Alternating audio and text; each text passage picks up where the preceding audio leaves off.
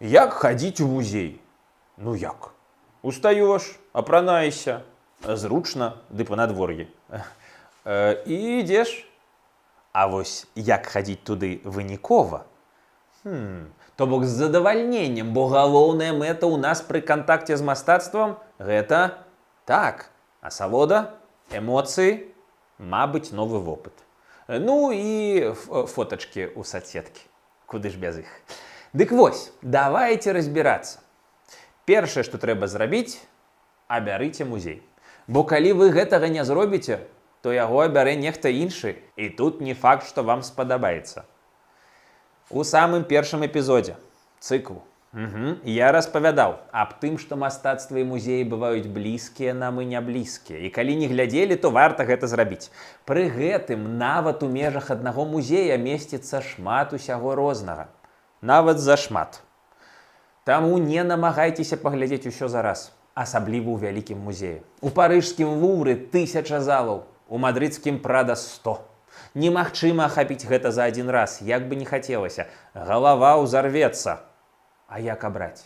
Ну як? Наведайце сайт музея загадзя. Напрыклад, каб даведацца аб тым, калі ён працуе. А то прыйдзеце, а там зачынена. Адразу ж мінус вайб. Паглядзіце, што прапануе музей у якасці сваіх галоўных экспанатаў. Не бойцеся спойлераў, бо творы мастацтва існуюць не для інфармавання, а каб выклікаць эмоцыі. Зусім як музыка. Увогуле, глядзець на твор мастацтва больш аднаго разу нармалёва. Зноўку ж распавядаў аб гэтым у першым эпізодзе. Калі у музеі ёсць, то вазьміце буклет з планам экспазіцыі ды зоркамі калекцыі. Гэта дапаможа з навігацыяй, асабліва ў вялікіх зборах. І далей важная заўвага для адказных коцікаў і выдатнікаў.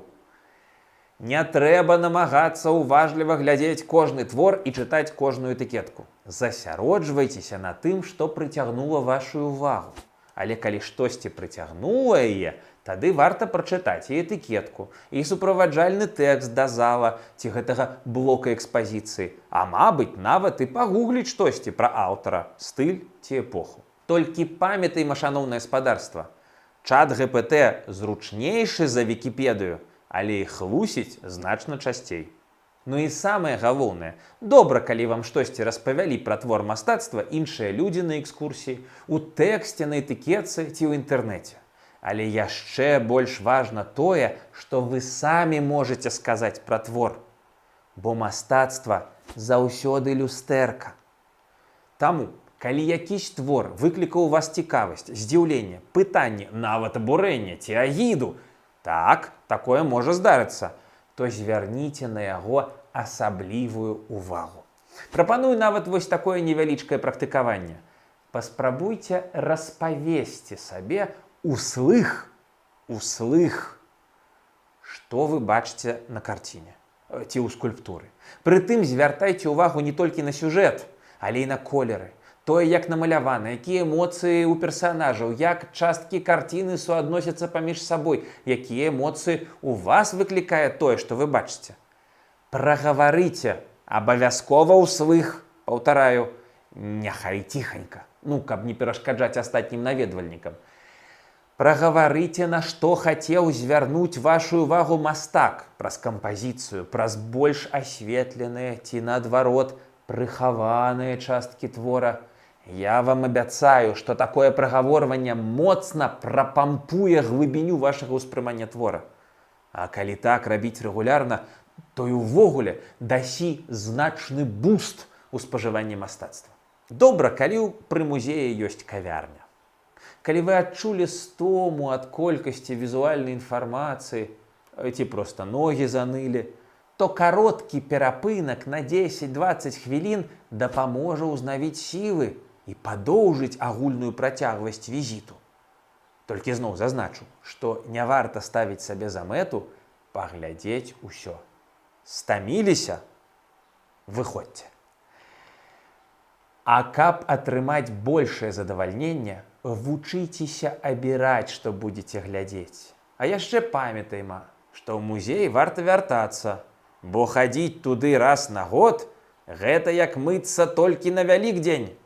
Карысна, але недастаткова. Яшчэ адзін важны момант больш тэхнічнага кшталту. Вазьміце з сабой ваду, калі гэта дазваляюць правілы музея. Піць гэта важна. Дастатковая колькасць вады падтрымае ваше цела, і вы стоміцеся не так хутка. Ну і напрыканцы візіта зазірніце ў музейную краму. Файны блакнот з карцінай на вокладцы, іншая мастацкая канцылярка, што ўразіла вас, ці нават цішотка, пазл, парасон. Добрыя напаміны аб візіце ў музей.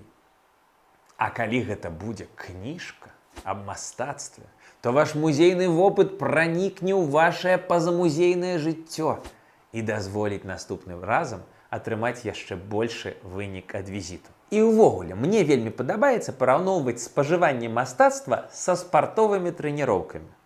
Карысць і асалода ад гэтых абодвух заняткаў з'яўляецца не пры першым эпізодзе, а калі вы не кінулі праз тыдзень. Таму не пакідайце ж мовы нашай беларускай... Не, гэта з іншага сцэнара. Ці не? Да сустрэчы, шаноўныя коцікі, у наступным эпізодзе. Пака-пака!